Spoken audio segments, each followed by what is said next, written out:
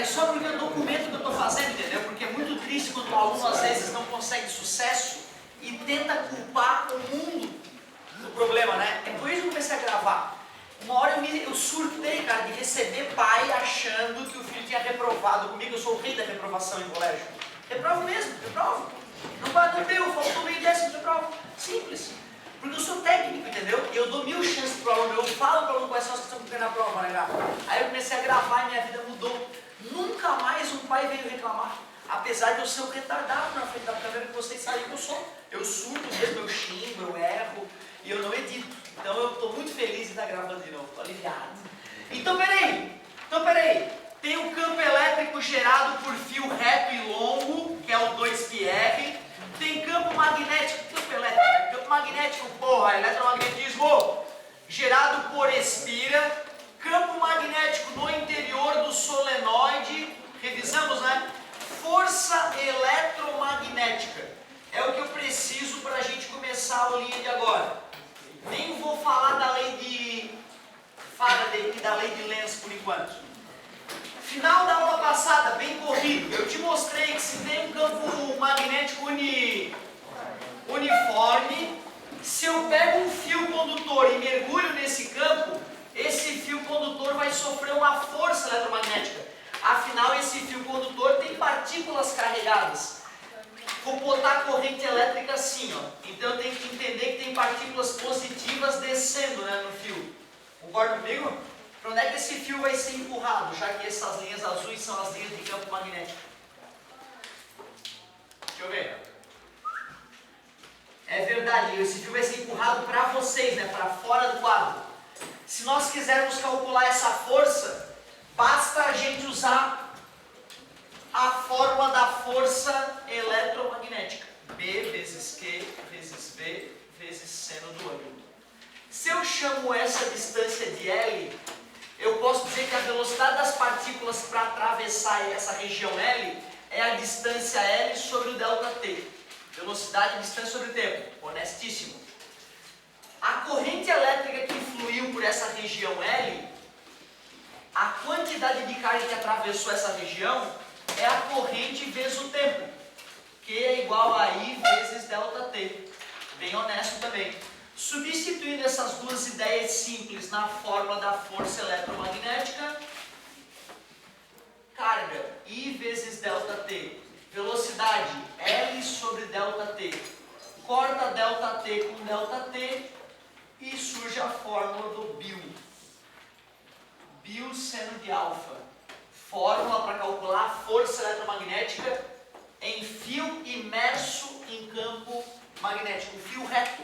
Ah, professor, se tiver uma espira ali imersa, esquece. Não garantiria o resultado, Então é fio reto imerso em campo magnético. Foi até aí que a gente foi, né? Tem poucas situações ainda para discutir, cara, em eletromagnetismo desse tipo. Uma situação clássica, então, é fios longos e paralelos. Novo. Primeira coisa nova da aula de hoje.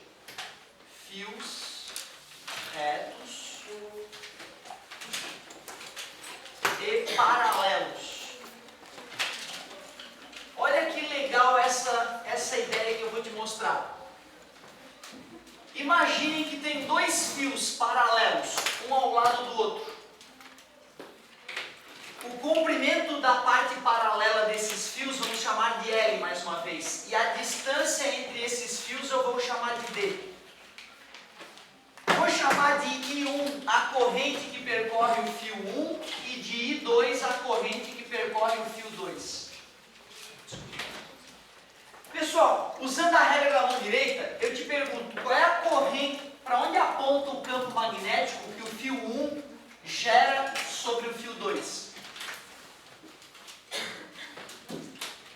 Para onde que aponta o campo magnético que o fio 1 gera sobre o fio 2? Para cima, para baixo, para dentro do quadro, para fora do quadro? Para a esquerda, para a direita? Para dentro, né? O campo elétrico, confesso que é para cima, para a corrente elétrica ser para cima, o campo elétrico é para cima, mas o campo magnético que esta corrente elétrica gera sobre este fio, pega no fio com a mão direita. E o dedão no sentido da corrente. Os dedos que acompanham o indicador apontam a direção do campo magnético. À direita desse fio 1, o campo magnético penetra no quadro. À esquerda, emerge do quadro. Tudo bem para vocês?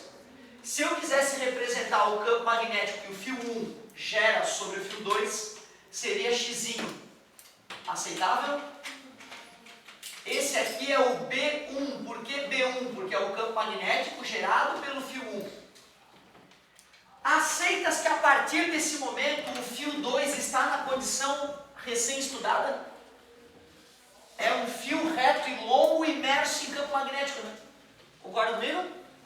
Quer dizer que se eu quiser calcular a força que está atuando no fio 2, é só pegar o campo magnético sobre ele, multiplicar pela corrente elétrica dele, pelo comprimento e pelo seno do ângulo.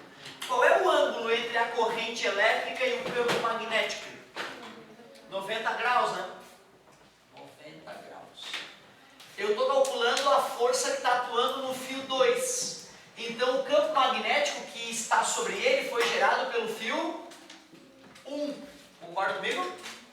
A corrente elétrica é a dele, já que eu estou calculando a força que atua nele. E o L é o comprimento entre os paralelos, o comprimento dos fios que estão paralelos um ao outro. Então poderíamos imaginar que aqui tem uma curva e aqui tem uma curva. Eu estou calculando a força eletromagnética na parte paralela dos fios. Como é que se calcula o campo magnético gerado por um fio reto e longo? Essa é a primeira fórmula, né? Se eu quiser calcular o campo magnético gerado pelo fio 1, é só usar a corrente 1. Colocando no lugar do B1 aquela fórmula, fica μ0 vezes I1 dividido por 2π, e eu chamei de D, né? A distância entre os fios, né? Vezes I2, que era da fórmula anterior, vezes L. E aí está a fórmula. Essa é a fórmula que a gente usa para calcular a força elétrica eletromagnética entre fios retos e paralelos. I1 e I2 é a força entre os fios, L é o comprimento dos fios que estão paralelos um ao outro, e D a distância entre os fios. O μ0 é a famosa permeabilidade magnética, que se bobear a gente já está decorando, né? 4π vezes 10 na menos 7. Tesla metro por ampere. Eu pergunto, nesse caso a força vai ser atrativa ou repulsiva? Deixa eu pensar. Corrente elétrica é o dedão, campo magnético é o indicador penetrando no quadro, a força é o dedo do meio. Esse fio está sendo empurrado para a esquerda. A força que o fio 1 faz no fio 2. Para ter certeza que é atrativo, eu vou aplicar a regra considerando agora que o fio 2 gera campo magnético sobre o fio 1. Para onde aponta o campo magnético que o fio 2 gera sobre o fio 1? Deixa eu ver, pega com a mão direita. Realmente é para fora. Nós poderíamos representar isso com pontinhos, né? Chamaríamos isso de campo magnético gerado pelo fio 2. Regra da mão direita modificada. Corrente elétrica é para cima. Campo magnético apontando para vocês. A força é o dedo do meio. Realmente, o fio 2 faz uma força no fio 1 de tal forma que eles estejam se atraindo. Se nós quisermos uma decoreba pronta, quando a corrente elétrica tem mesmo sentido, atrai. Quando é sentidos opostos, repele, né? Então, é um caso em que os opostos se atraem, né? Ou não, os iguais se atraem, os opostos se repelem, né? Se fosse decorar, né? O ditado popular falharia. Correntes com o mesmo sentido atraem, correntes com sentidos opostos repelem. Legal. Então, um detalhezinho que faltava aí em eletromagnetismo. Tem duas coisas ainda, eu acho que vale a pena a gente comentar em eletromagnetismo. Uma delas é o que acontece quando a gente pega uma placa metálica e começa a fazer ela se deslocar dentro de um campo magnético. Já vi isso sendo cobrado no vestibular. Imagina uma placa condutora que tem um comprimento L, placa metálica, e eu vou começar a fazer essa placa se deslocar dentro de um campo magnético. Isso aqui é um campo magnético uniforme. Se eu começar a deslocar essa placa metálica condutora com uma certa velocidade para lá, o que ia acontecer com as cargas elétricas livres para se movimentar nessa placa, que já que é metálica, ela é condutora? O que ia acontecer quando eu começar a passear com essa placa condutora imersa em campo magnético? Deve acontecer alguma coisa, né? Deixa eu pensar. Tem cargas elétricas livres, né? O certo seria pensar nos elétrons, mas é o mesmo que pensar nos prótons, né? Tem cargas positivas espalhadas pela placa, assim como negativas. E se a placa está indo para lá, essas cargas estão indo para lá, né? Eu posso aplicar a regra da mão direita para descobrir para onde que vai ser empurrada essas cargas, né? Velocidade e o dedão. Campo magnético penetrando no quadro. Olha para onde é que vai ser a força elétrica nas cargas positivas. Para cima. Dizer que as cargas elétricas migram para cima é o mesmo que dizer que as cargas elétricas negativas vão para baixo. Isso aqui é mais correto, né? O certo é que depois que essa placa estiver imersa no campo magnético, nós perceberíamos um acúmulo de cargas elétricas negativas na parte de baixo e um acúmulo de cargas elétricas positivas na parte de cima. Aceitável? Chega uma hora que tem tanta carga elétrica acumulada nas extremidades que o campo elétrico não permite mais que as cargas elétricas fluam. E aí ocorre um equilíbrio. Na hora que esse equilíbrio ocorreu, vocês devem concordar comigo que é o equilíbrio entre duas forças. A força magnética está atuando para cima, né? A força eletromagnética. Concorda comigo? E já que o campo elétrico vai das partículas positivas para as partículas negativas, não é isso? Nascem nas positivas e morrem nas negativas, né? Se uma partícula positiva está sendo empurrada para cima pela força eletromagnética, ela vai estar sendo empurrada para baixo pela força elétrica para ocorrer o equilíbrio, né? Força elétrica. Se ocorreu esse equilíbrio, é porque essas forças se igualaram. A força eletromagnética se igualou à força elétrica. Como é que se calcula a força eletromagnética? Força eletromagnética é campo magnético vezes carga vezes velocidade. Nesse caso, o seno do ângulo é 90 graus, né? As partículas estavam se deslocando para cima originalmente. Aliás, as partículas estavam se deslocando para frente, enquanto o campo magnético estava penetrando no quadro, né? Se tu olhasse de cima, tu perceberia que é 90 graus. Seno de 90. Força elétrica. Força elétrica eu posso calcular a partir de campo elétrico. O campo elétrico é força por unidade de carga. Está dividido, passa multiplicando. Força elétrica é campo elétrico vezes carga. Então, campo elétrico vezes carga. Então, tu vê, a velocidade com que eu vou deslocar essa placa vai estar relacionada com a intensidade do campo elétrico e do campo magnético que estão em equilíbrio, né? Eu acho que eu já tinha mostrado isso para vocês, né? Velocidade de partícula imersa em campo elétrico ou magnético ou não? Não?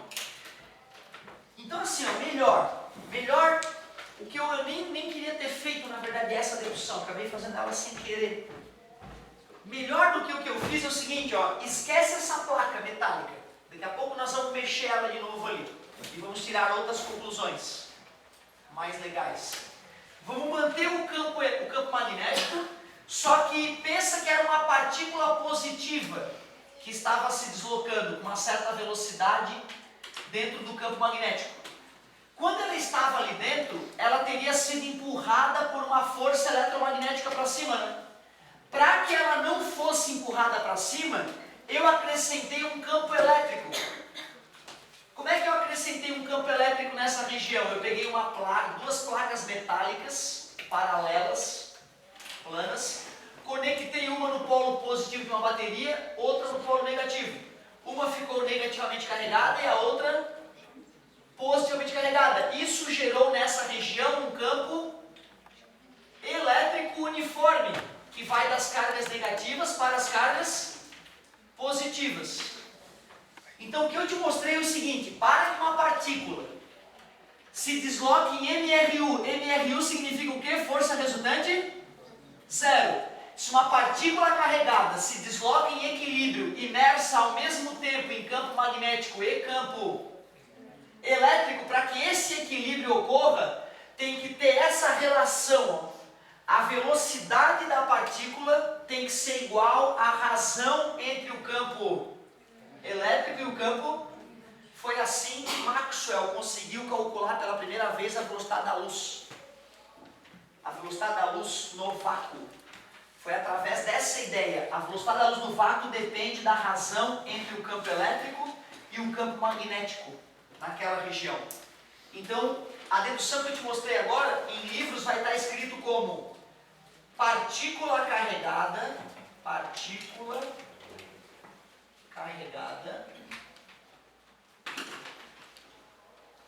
em movimento, em MRU, né, movimento de equilíbrio uniforme, em MRU, imersa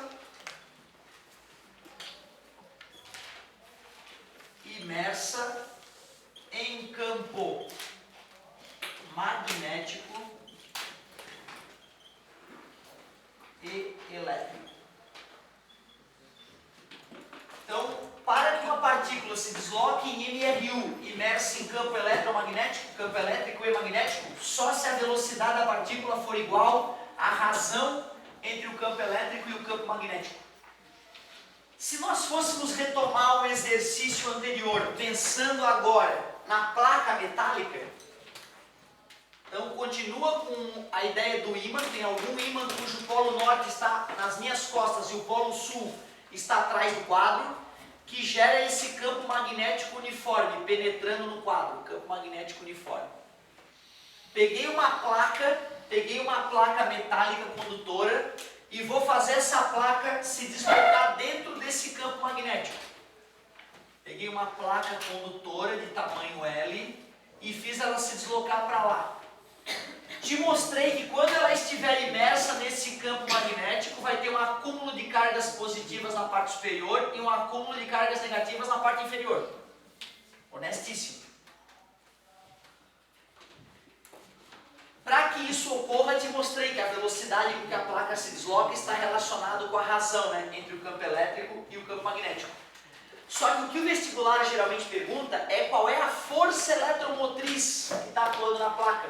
Ou seja, qual é a DDP, quantos volts tem desse ponto A para o ponto B da placa. Qual é a DDP, UAB? Às vezes o vestibular fornece a velocidade, o tamanho da placa, o valor do campo magnético e pergunta qual é a tensão elétrica gerada na placa. Para resolver essa história, nós começaríamos da mesma maneira. Vai chegar uma hora que vai ter um campo elétrico uniforme dentro da placa e eu vou poder fazer a mesma fórmula. O campo magnético vezes a velocidade é igual ao campo elétrico. Só que nós vimos que campo elétrico uniforme tem uma relação com diferença de potencial, né? A diferença de potencial entre os pontos A e B da placa é o campo elétrico multiplicado pela distância entre esses pontos A e B. Nós chamamos essa distância de L. Então a diferença de potencial UAB é o campo elétrico vezes o comprimento da placa. Campo elétrico, o L está dividido, passa multiplicando, descobri então que o campo elétrico é a diferença de potencial dividido pelo comprimento da placa. O campo magnético vezes a velocidade é igual a UAB sobre L. A diferença de potencial entre as extremidades da placa condutora é campo magnético vezes velocidade vezes tamanho da placa. Isso também já foi bastante cobrado no vestibular. Quanto maior a velocidade com que eu desloco a placa dentro do campo magnético, maior a tensão elétrica entre as extremidades da placa. Quanto maior o valor do campo magnético, maior a voltagem, popularmente falando, eu gero. E quanto maior a placa, quanto mais longa a placa, também maior os volts gerados, a voltagem gerada. palavra, né, que não é bem-vinda no meio acadêmico, por se tratar de uma tradução errada. Sim, eu estou considerando que a partícula tem que estar em NRU, porque se ela estiver acelerando, vai ter que ter forças na horizontal, né? Eu não considerei forças na horizontal, né? Se ela estiver fazendo uma curva para cima, a força eletromagnética venceu a força elétrica. Aí eu teria que estudar o movimento circular que ela descreveria, né? Então, para que essa situação seja válida, eu tenho que ter a partícula andando em linha reta com velocidade constante. Senão essa relação não vai ser bem-vinda. Cara, ó, de eletromagnetismo falta a gente agora explorar aquelas equações que a gente viu no final da semana passada. Agora que eu te demonstrei algumas formulazinhas clássicas, a fórmula do Bill, a fórmula dos fios paralelos, e te mostrei também a relação que existe numa partícula carregada imersa em campo elétrico e magnético. Também te apresentei como é que se calcula a DDP numa placa metálica passeando dentro de campo magnético uniforme. Agora falta basicamente a gente estudar os transformadores, para a gente ficar bem aí em eletromagnetismo. Vamos voltar a falar da lei de Faraday e da lei de Lenz da aula passada, para a gente compreender como é que funciona essa história dos transformadores.